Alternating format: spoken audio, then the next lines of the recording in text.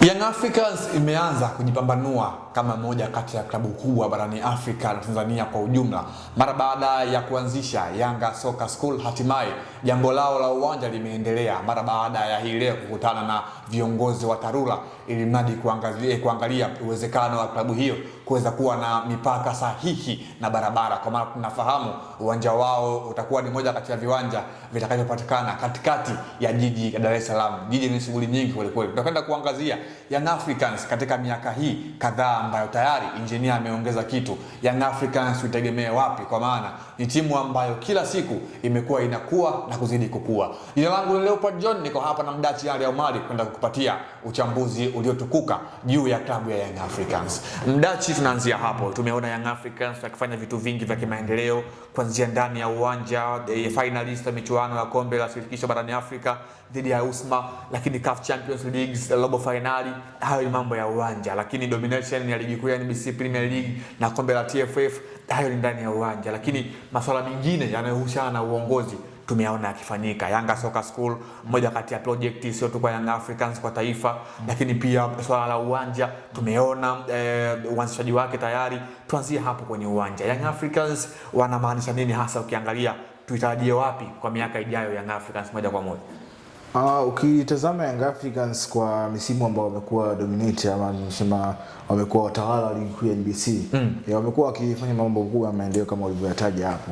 Sasa baada ya kuingia kwa kiongozi wa Young Africans Engineer Hersi Said, miongoni mwa mipango ambayo walikuwa nayo baada ya klabu ya Young Africans kuweza kufanya vizuri, basi ni kujenga uwanja ambao utakuwa ni wa timu binafsi na kuondekana na kile ambacho imekuwa ni kukodi kiwanja ama kutumia viwanja vya taasisi nyingine ikiwemo hata Azam FC, Mwenge KMC Complex ambao wamekuwa wakitumia kwenye michuano yao mbalimbali ambao wanashiriki.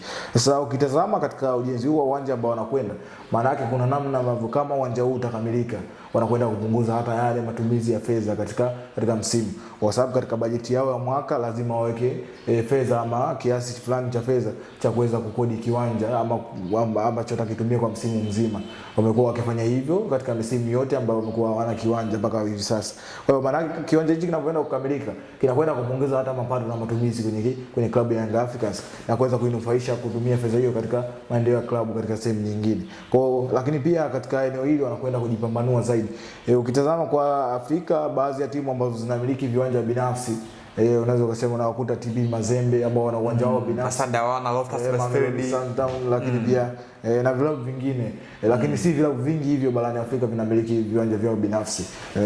Hata National wao wanamiliki, hawana kiwanja chao binafsi, wanatumia viwanja vya serikali ambavyo vipo kule nchini Misri. Kwa wao wanapokwenda kujenga kiwanja hichi, kwanza wanakwenda kujipambanua wao kama klabu kwamba tayari tunatoka kwenye stage moja kwenda stage nyingine juu ya ukuaji wetu ambao tumekuwa tukionyesha sisi kama klabu, na kwenda kutafuta ile hadhi ya kuwa klabu kubwa miongoni mwa vilabu vikubwa barani Afrika. Sawa, tumeshuhudia miundombinu ya Young Africans ikiwa imedevelop. Pengine tuseme sasa ni wazi Young Africans inaanza kujielezea kwamba ni miongoni mwa klabu kubwa barani Afrika na klabu ambayo tayari imeshaanza kuheshimu na kuthamini facilities mbalimbali ambazo klabu kubwa always lazima iwe nayo.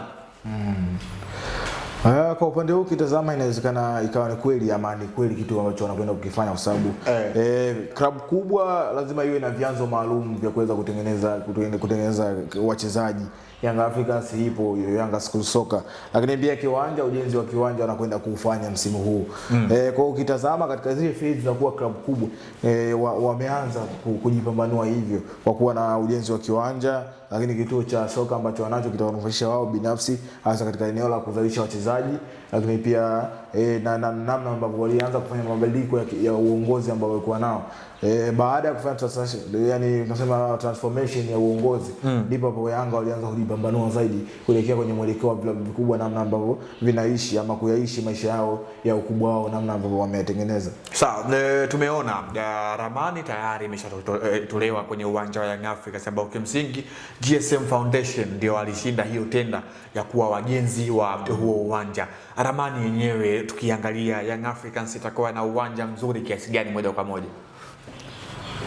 Uwanja ambao wataujenga ama wanakwenda kukamilisha, ramani ni muonekano tu wa uwanja, namna ambao timu inahitaji uwe.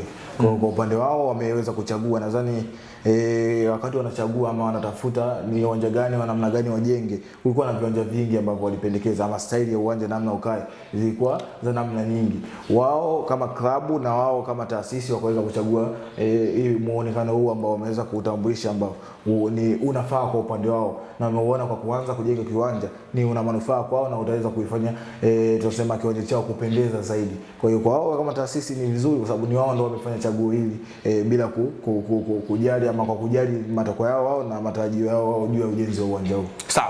Binafsi yangu Young Africans ni moja kati ya timu ambayo imefanikiwa zaidi katika ardhi ya Tanzania kwa miaka 4 mfululizo mara baada ya kutawala vizuri katika ligi kuu za ndani, kwa maana ligi kuu ya NBC, lakini pia kombe la TFF la CRDB Federation Cup. Young Africans ni timu pekee ambayo tayari umeona mwangaza kwenye klabu yake. Hongera Young Africans kwa hatua ambayo umeipiga na kuheshimisha taifa kwa sehemu moja ama nyingine. Hii ilikuwa The Golden Boot, nilikuwa hapa na Mdati Ali Omari. Jina langu ni Leopard John, sauti ya mvua. Hadi wakati mwingine, kwa heri kwa sasa.